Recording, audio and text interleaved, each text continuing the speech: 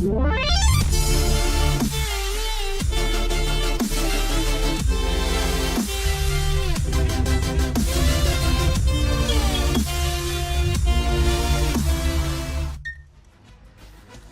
all to Week 17. Week 16 was an extremely good week for myself. Billy B hit a 3-2 week in both, and I snagged an impressive 4-1.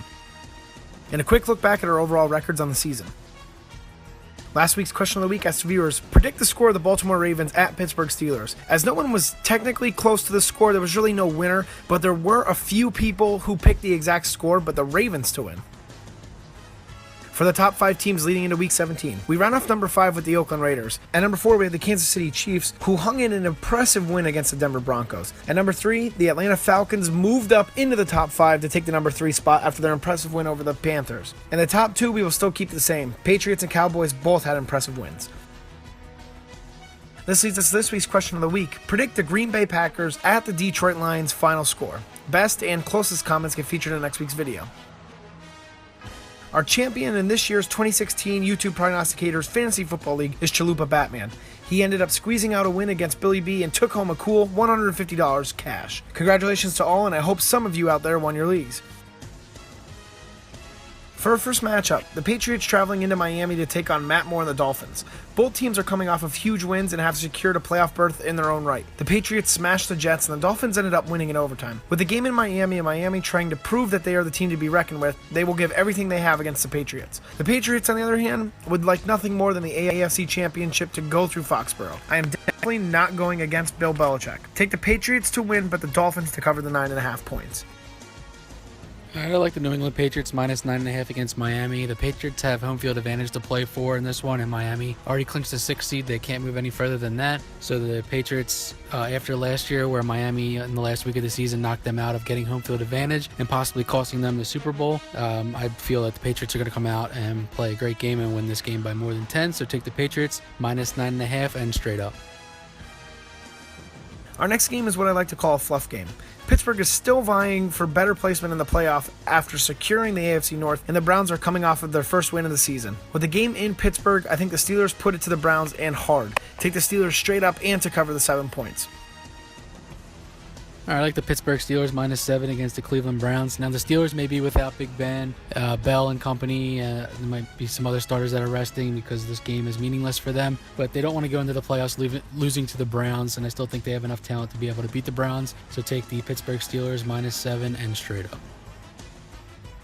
Raiders fans, rejoice that you won last week, but be fearful that your QB situation is up in the air. This will be the only game that Oakland fans will get to see their backup QB in action, and it will be against the best cornerbacks in the game. I'm sorry, Raiders fans, as I'm going to take the Broncos to win and take them by 2.5. The game is in Denver, and the Broncos have a decent defense. If they can manage to get a few turnovers and score at least once on special teams, the Raiders won't know what hit them.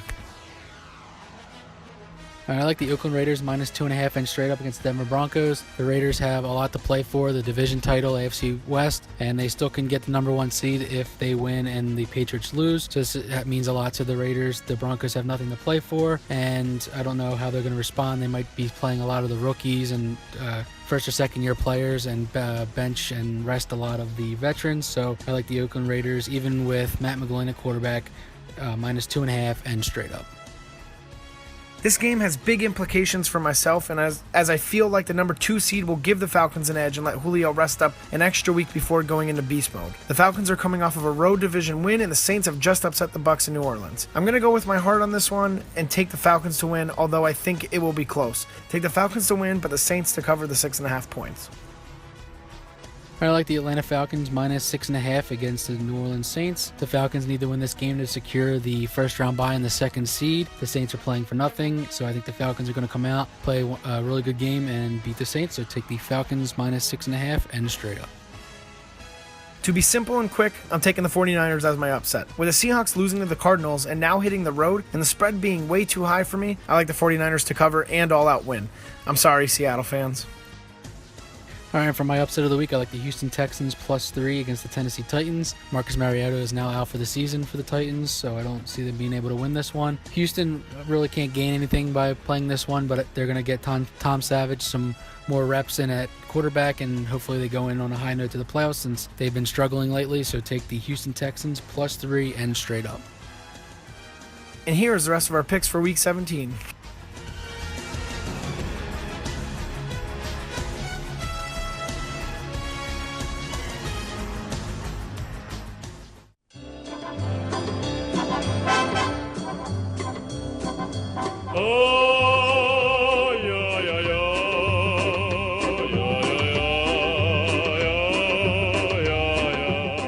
For this week's Shane Report, there's a lot of salt in the comments this week, and it was just too much fun picking out the few to feature.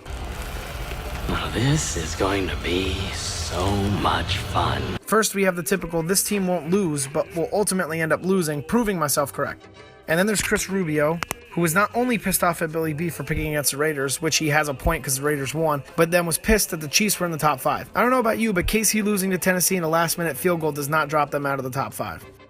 And then this gem. Did you not click on the link that led you here? Years later, a doctor will tell me that I have an IQ of 48 and am what some people call mentally retarded.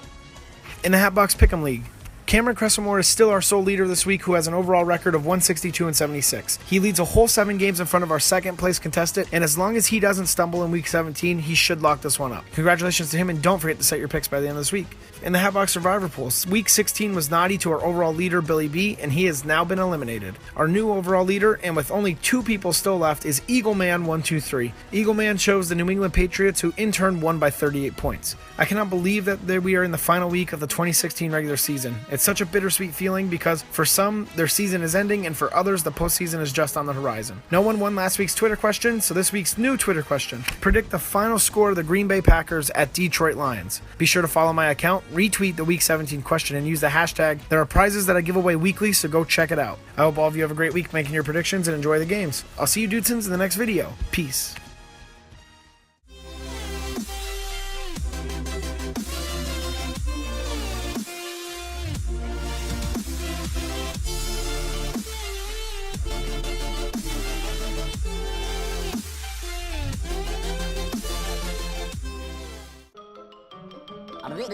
That's all, folks.